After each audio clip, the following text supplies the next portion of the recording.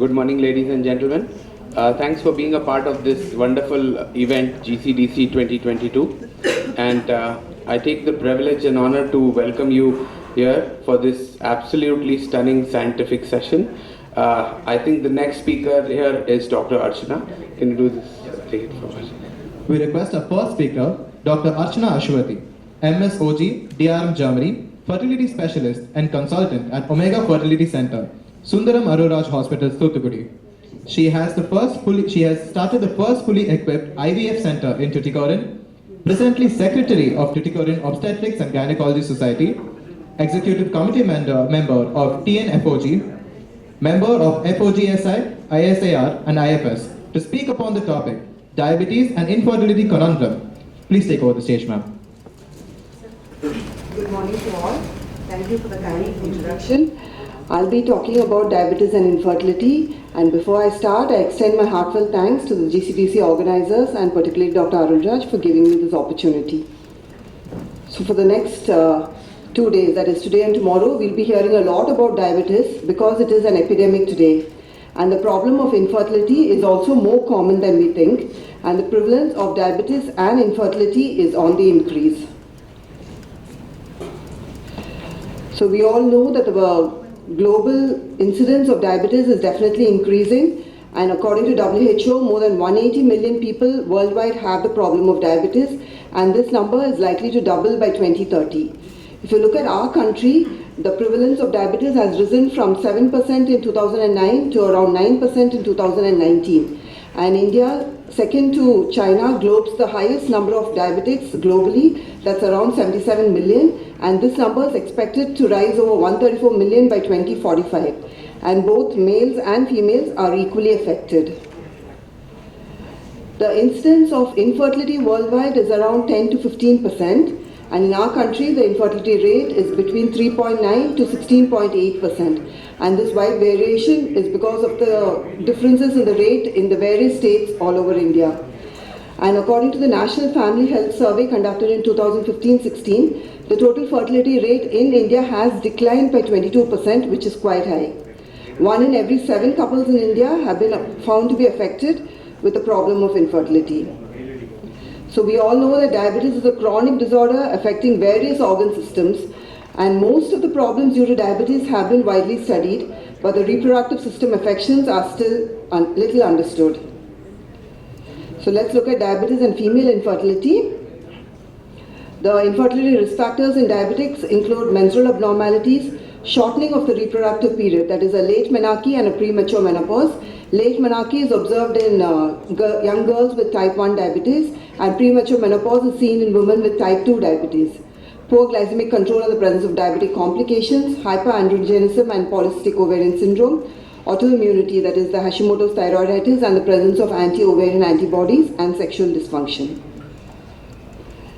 So the main cause for the menstrual dysfunction in type 1 diabetics is the dysfunction of the neuroendocrine control of the hypothalamo-pituitary-ovarian axis. Whenever in young girls type 1 diabetes is diagnosed prior to menarche, those girls tend to have a delayed menarche. And unless a good glycemic control is achieved by insulin administration, menarche does not start for these girls. The common menstrual problems in type 1 diabetics include oligomenorrhea, secondary amenorrhea, and menorrhagia. And whenever there is a too vigorous treatment with supraphysiological dose of insulin in type 1 diabetics, this may lead on to hyperandrogenism, polycystic ovarian syndrome, and these two leading on to infertility. Type 2 diabetes is associated with infertility due to alterations in cycle length and the onset of premature menopause. Infertility in type 2 diabetics is due to its correlation with the polycystic ovarian syndrome. Insulin resistance, obesity, and type 2 diabetes all strongly correlate with PCOS. And both PCOS and type 2 diabetes, they have common risk factors such as hyperinsulinemia, obesity, dyslipidemia, hypertension, etc. So this study comparing the insulin resistance in polycystic ovarian syndrome and type 2 diabetes found that insulin resistance in the general population is about 10 to 25%. Whereas the overall, if we take the insulin resistant PCOS patients, it's as high as 50 to 70%, and in type 2 diabetes, almost 80 to 100%. And the risk of type 2 diabetes among PCOS patients is about 5 to 10 times higher than compared to non-PCOS women. And similarly, the risk of PCOS among type 2 diabetes is also high. So insulin resistance is the key pathology in polycystic ovarian syndrome. And this polycystic ovarian syndrome, whether it may result due to a genetic predisposition or due to a lifestyle pattern, this results in hormonal changes, which includes increased androgens and increased insulin. The presence of obesity exacerbates the hyperandrogenemia and hyperinsulinemia. And the hyperandrogenemia is responsible for the hirsutism and acne seen in polycystic ovarian syndrome. And the hyperinsulinemia contributes to diabetes, the metabolic syndrome, and increases the risk of cardiovascular risk. And both the hyperandrogenemia and the hyperinsulinemia may lead to anovulation and increase the intrafollicular estrogen levels, all contributing to menstrual disturbances, subfertility, and psychosocial issues such as depression, anxiety, and body image problems. Obesity is common in both PCOS and type 2 diabetes. We heard the first lecture all about obesity and the real problem with it.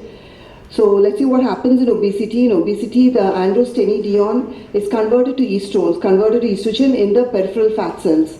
And this excess estrone stimulates increased LH production. This is a vicious cycle which this LH again further increasing the androstenedione production and leading to more and more of estrone. And this increased, the excess androstenedione gets converted to testosterone, which causes the hyperandrogenic signs and symptoms of polycystic ovarian syndrome. So because of all these factors put together, obese women have poorer reproductive outcomes. So going to diabetes and autoimmunity, Hashimoto's thyroiditis is highly prevalent in type 1 diabetes, as high as 40%. And this is a condition in which there is an increased presence of antithyroid peroxidase and antithyroglobulin autoantibodies. Menstrual changes in Hashimoto's thyroiditis include menorrhagia and dysmenorrhea, and the problem of infertility also is present in this thyroiditis problem. Anti-ovarian antibodies are found in young girls with type 1 diabetes in higher frequency when compared to normal girls, and these girls present with premature ovarian failure. Anti-ovarian autoantibodies may result due to infections, any ovarian surgery, or immune system activation. And these girls in future, when they sought for conception, they may need oocyte donation.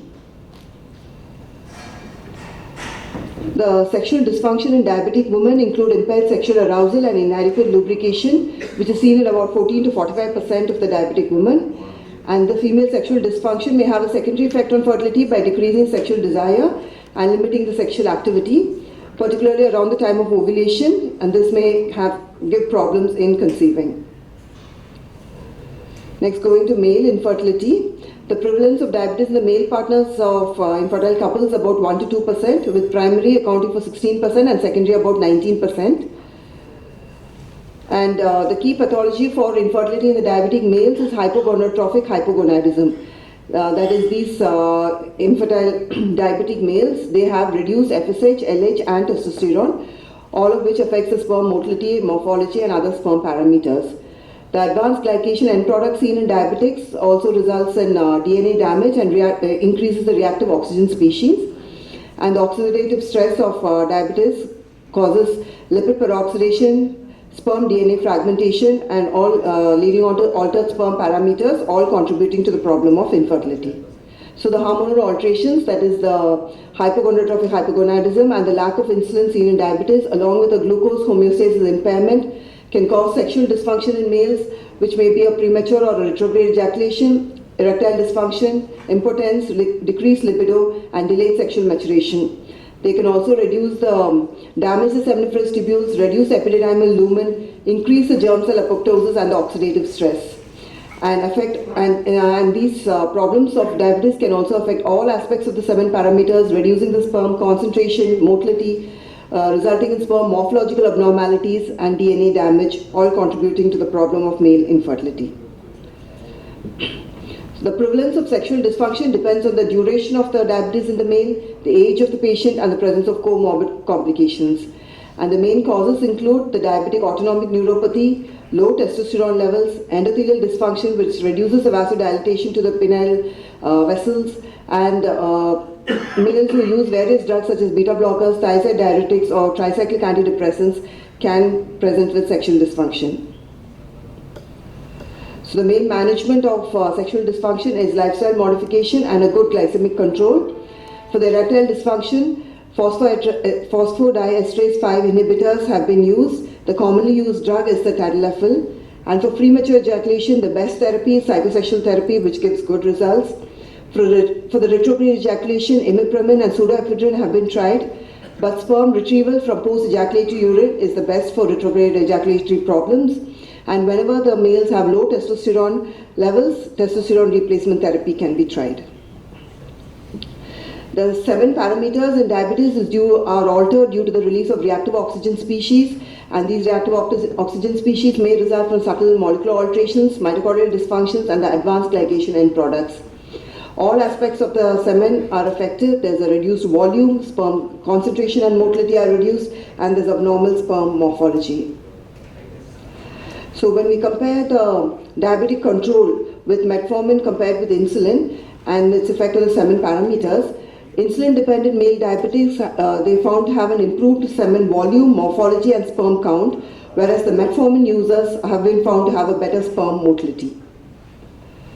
So you can see here the insulin-dependent diabetics, the semen volume improves with good glycemic control, whereas the morphology and motility are better improved with the metformin users. Let's go to the sperm DNA damage. The sperms from diabetic men have greater levels of DNA damage than the non-diabetics, which is an important cause for male infertility. The DNA damage could be a single stranded break or a double stranded break. The single stranded breaks are due to the unrepaired DNA nicks and the reactive oxygen species. They are generally easy to repair and they carry a better prognosis. Whereas the double stranded breaks are due to the abortive apoptosis. They are more serious, unrepaired, and they tend to have a deleterious effect on the development of the fetus. The reproductive outcome is the combined effect of the sperm chromatin damage and the capacity of the oocyte to repair the damage. Generally, the oocytes and the early embryos, they have been shown to repair the sperm DNA damage. Fertilization is independent of the DNA damage. It is the post-fertilization development of the embryo which is affected by the improper repair by the oocyte if it is fertilized by a DNA damaged sperm from a diabetic male, resulting in poor quality embryos which contribute to implantation failures, early miscarriages and diseases in the offspring. There are various tests to diagnose the sperm DNA damage. The commonly used ones are the Tunnel and the SCSA, which is the sperm chromatin structure assay. And these tests generally measure the DNA fragmentation index, that is the percentage of spermatozoa with a fragmented DNA. And if this percentage is less than 15%, those males have a good fertility potential, whereas whenever it is more than 25 to 30%, the fertility potential is very low.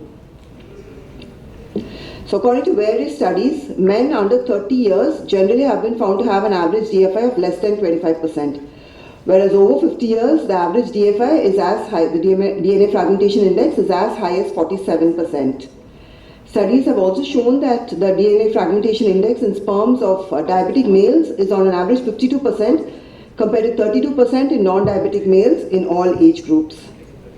2 more minutes remaining, please. Yeah. And this study looking at the sperm DNA damage in the infertility patients, you can see in infertility patients it's as high as 40%, whereas in men of proven fertility it's less than 15%, that is 13%. And this study comparing the DFI of SCSA by the SCSA method in those men undergoing ICSI found that the men with the high levels of DNA fragmentation, that is more than 30%, they are at risk for biochemical pregnancies, spontaneous abortions and failure to initiate an ongoing pregnancy. So the management in the females is a good glycemic control with diet and lifestyle interventions, and the diet recommended is to achieve a weight loss is an energy deficit of 30% or 500 to 750 kilocalories per day. And the recommended exercise in PCO adults is 150 minutes per 150 minutes per week of moderate intensity physical activity or 75 minutes per week of vigorous intensity on 2 consecutive days per week. So the first line of management is a non-pharmacological therapy with lifestyle interventions, and followed by the first line pharmacological therapy, which is an ovulation induction with oral ovulagents such as letrozole or clomiphene citrate. They can be given either alone or in combination with metformin. And when they fail to achieve a pregnancy, the second line pharmacological management is the ovulation induction with gonadotropins such as FSH and HMG, or a laparoscopic ovarian drilling for the PCOD. And if this also fails to achieve a pregnancy, the third line of management is to go ahead with IVF. Dr. Archana ma'am, we are out of time, please. Yeah, just the last slide. Conclude. Yeah. Just give me a minute. This for the males, the semen analysis has to be done, and the DFI should be estimated. And if the DFI is more than 25%, you should treat them with antioxidant therapy and lifestyle modifications, and retest 2 to 3 months later. And if it continues to be high, we should consider ICSI for the patients. And for the ICSI, we should consider a direct testicular retrieved sperm. So this to conclude. The effects of diabetes on male infertility are sexual dysfunction, sperm DNA damage, and abnormal sperm quality. And in the female infertility are menstrual cycle disturbances and ovulation, increased risk of pregnancy complications and genitourinary infections, autoimmune reactions against the sperm and egg. And when diabetes, PCOS, and obesity coexist, it is a triple threat. So well-controlled diabetes improves sexual health for both men and women. Diabetes in men and women can affect their fertility and chances of having a baby. And the risk of fertility difficulties is significantly reduced when diabetes is well managed. Thank you. Thank you, ma'am.